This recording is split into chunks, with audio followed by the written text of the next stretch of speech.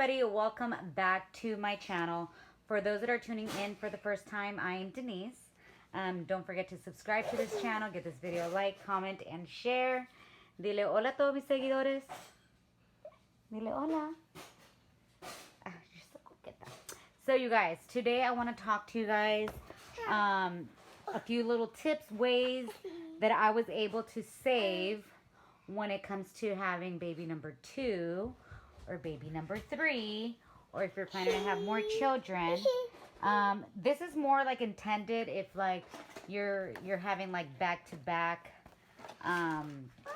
children, as well as it also depends too, because for example, in my case, my first son was a boy and then my second child was a girl, but my third child's gonna be another girl, so it's a little bit more convenient girl to girl, right? But I'm gonna just tell you guys what I've been doing and what's been helpful for me, and in ways of saving and just having that hassle free of like having to buy, get stuff, you know, like last minute things. Oh my God, I need to get this, I need to get that, and you know, just chaoticness in your head, and you get all stressed out, especially us women. We're very hormonal, especially when we're pregnant and when we know that we are expecting a child.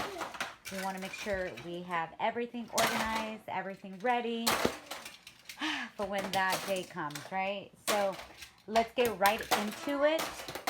So tip number 1, or you can say number 1 just by itself, save all of your baby clothes. Yes, all of your baby clothes. So in my situation, like I said a little bit ago, my first was a boy and my second was a girl. But because I knew, because me and my husband, we wanted to expand our family, we wanted a bigger, we wanted to have several kids, right? So what I did was, number 1, just save all of the baby clothes. So when my first son was born to like now he's gonna be 4, I have been saving all of his clothes. And I do recommend, you guys, I do recommend big time, do not put your clothes in trash bags. Don't do that. So yes, the reason why, because it creates a lot of clutterness, and then clothes, they start smelling some way or another, just nasty.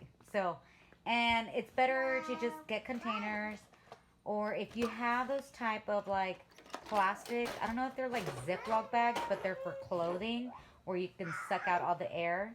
Yes, those are easier ways to like, you know, save the baby clothes, and it's like more storage, right? More space and stuff. So this is more of like a video slash vlog, because these ones are literally always in my videos. So yeah, so all of baby clothes, I started saving Judah's clothes, and I would put them from like, each container would be like 3 months difference, from like 0 to 3 in one container. Another container would be like 3 to 6, blah, blah, blah. You get it. So when I was expecting Joy, of course I had a baby shower, because I'm not going to be putting all the boys' clothes on her, right? No. So, but when she was born, I did the same thing. I started saving all of her clothes in containers as well. And so I've been doing that for both of my children up to this date.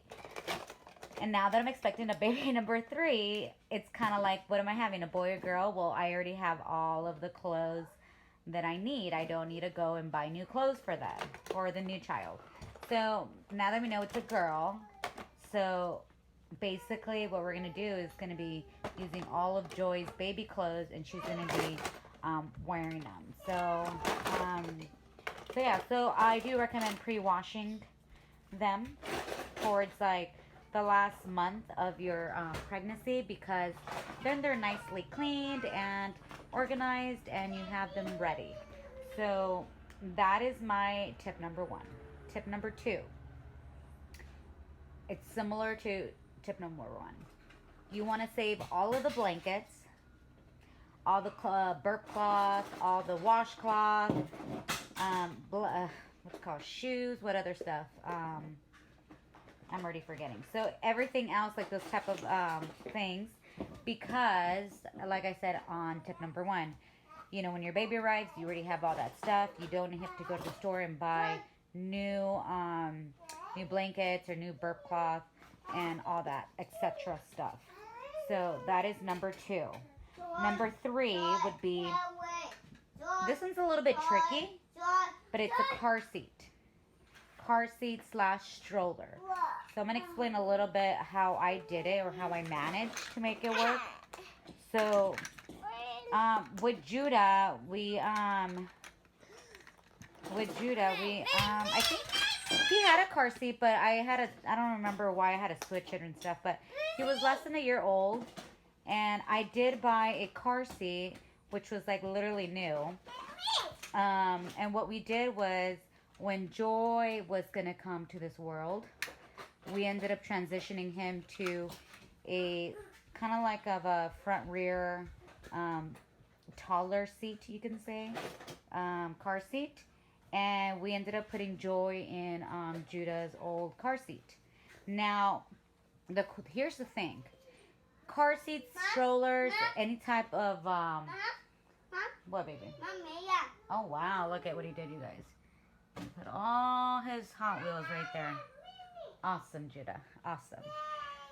So, all of those kind of like car seats, they have a manufacturing date on the back of the car seat, or on the bottom. You would find it because there's it's a sticker there, as well an expiration date. And many don't even know that car seats, strollers, they have an expiration date, but they do. And the reason why they have that, because when you have something plastic that's been, you know, sitting in the heat or in the car, you know, of course, it's gonna like, not saying deteriorate, but it's gonna make the plastic weaker. So imagine, I'm just saying, I'm not saying, God forbid, imagine you get in a car accident or something like that, and you've had an expired car seat for like more than 10 years, and it's been hand-me-downs, you know, from like families to friends and blah, blah, blah. You never knew that there was an expiration date. But what if it's like 10 plus years or whatever, and you're using the same car seat? Yeah, I understand. It's like, oh, okay, I'm getting it for free. You know, I'm not paying for it. It's still usable. But because it's been sitting, you know, in the car and the heat and all that, it weakens the material. It weakens the plastic. So if you were to get in a car accident or something, that can easily be breaking fast. You know, your child can be in danger. So it's like a hazardous kind of thing to have something that it's been expired. I know you're probably thinking, but it's plastic. Like, I don't think plastic has an expiration date, right? That's what I thought at first. But, you know, just to be on the safer side, you guys, do look at the manufacturing date and the expiration date. Now, the car seat that I had, that Judah was in, was literally like brand new. It was brand new, and then I'm transitioning Joy into that. Falta uno, okay, ponle uno ahí. So, Joy was in that car seat, but now because baby 3 is coming, you know, I'm transitioning Joy from the car seat into a front rear, little taller car seat. So, this baby right here, she's going to be using the car seat, the infant car seat. And after that, I'm going to just throw it away because, you know, it'll probably be expired afterwards, after a year, like less than 2 years after. What, baby? Yes. So as well as strollers. Strollers have an expiration date. You know, a lot of people leave their strollers outside of their homes, which is a bad thing. Because I have a jogging stroller, and I used to use it a lot, many times when he was a baby. And, you know, the rain, the sun, all that, it damages it. You know what I mean? And it's no good. The tires get weak. There's just no more air in them. So you don't want to leave your strollers outside. Material gets deteriorated or whatever. So yeah. But I still have Judah's first stroller. It's just in my other car in the trunk. But I don't use it as much. And, you know, maybe I might have to get rid of it. But you can always use it, if you're, you can use your single stroller for your child. But I actually, what I did was we invested in a double stroller. Because a double stroller, you can move them around, you can put a car seat over them, whatever. So it's very versatile. So you can do many things with the double stroller. So Judah, he's already a walker. He doesn't need to be in a stroller. Only if I need to like strap him down when he's not behaving. But other than that, yeah, we do have a double stroller. I don't have to buy a new stroller because this one walks, and I just put the baby in the car seat and just attached it on the double stroller. So yeah, so that is tip number 3. Tip number 4 would be breast pump, you guys. So when it comes to breast pumps, it depends. Every person's different. Some women, can't breastfeed for certain circumstances. Some just don't want to breastfeed, and they just prefer, I'm just gonna give my child formula, whatever. In my case, I decided that I wanted to breastfeed, that it was something that I was determined that I wanted to do. And thank God for both of my children, I exclusively breastfed them. They, never had a formula. And so for more than a year and something, they were breastfed. So thank God. And so I'm going to be doing the same thing with my third child. Maybe do things a little bit different this time. But yes, I'm going to be breastfeeding. So what I did was I saved my breast pump from when I had Judah. So check with your insurance. See if you qualify, if you're approved for a breast pump. And there's many brands out there to choose from.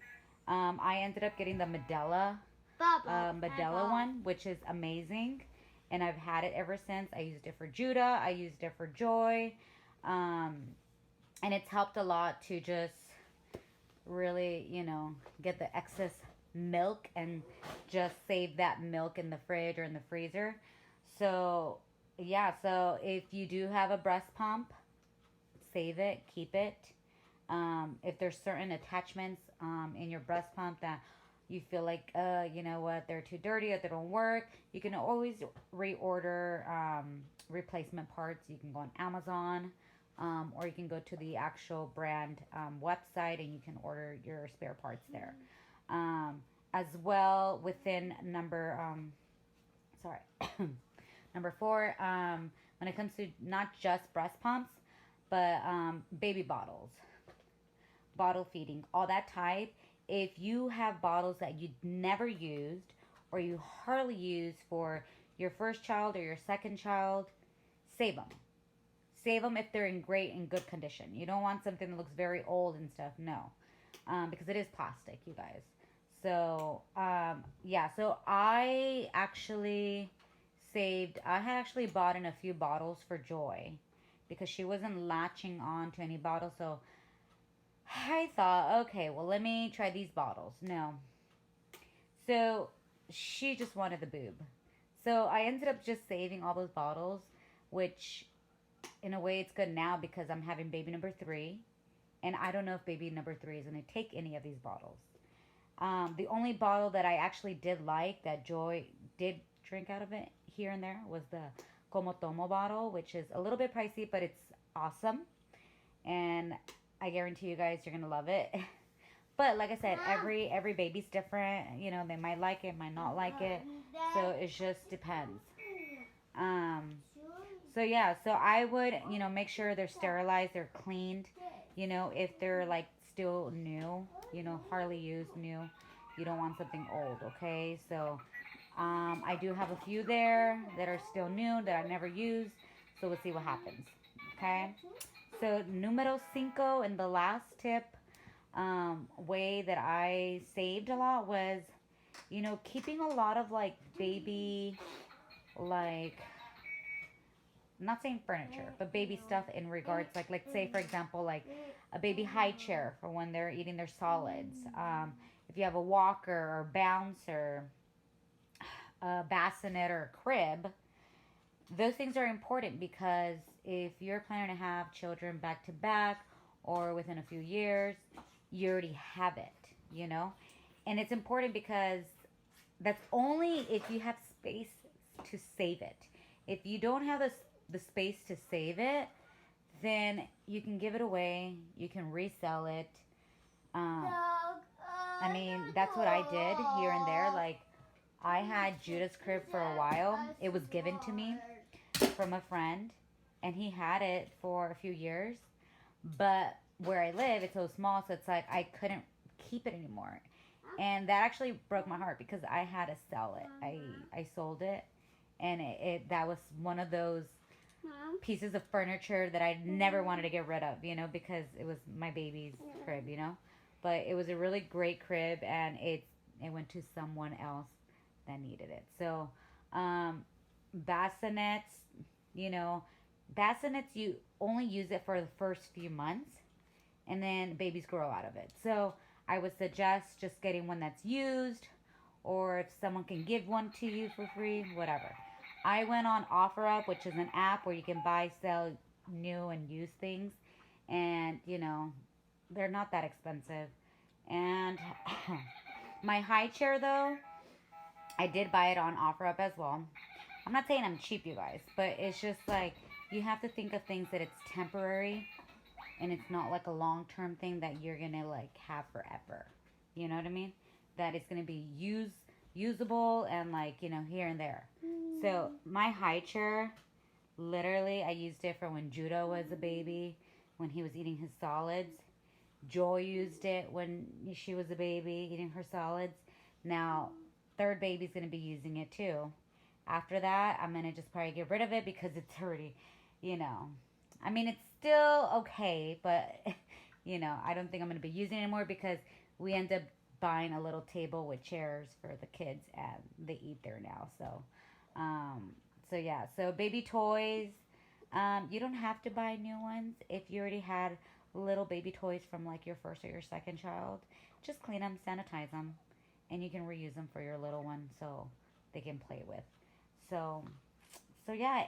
Other than that, you guys, I don't think I think I covered mostly everything that I was able to save on, and I don't have to be so stressful about because either it's something that was given to me or something that I, you know, bought from a, you know, it's like a hand-me-down type of thing. Um, Unless you're having your very first child, then yeah, explore out and buy things new. You know what I mean? But if you're on a budget or you feel like, you know what, I can't afford, you know, a $500 stroller, you know, there's a lot of people out there that hardly use strollers and they sell them way cheaper. You know what I mean? So, but yeah, so I hope you guys enjoyed watching this little video of my, like, my tips and my ways, how I saved, you know, when it comes to preparing for baby number 2 or 3 or 4 or whatever, how many you want to have. But yeah, so yeah, so God bless you all. I'll talk to you guys later, and if you have questions or anything that you want to tell me, talk about, comment down below. Okay, so bye bye.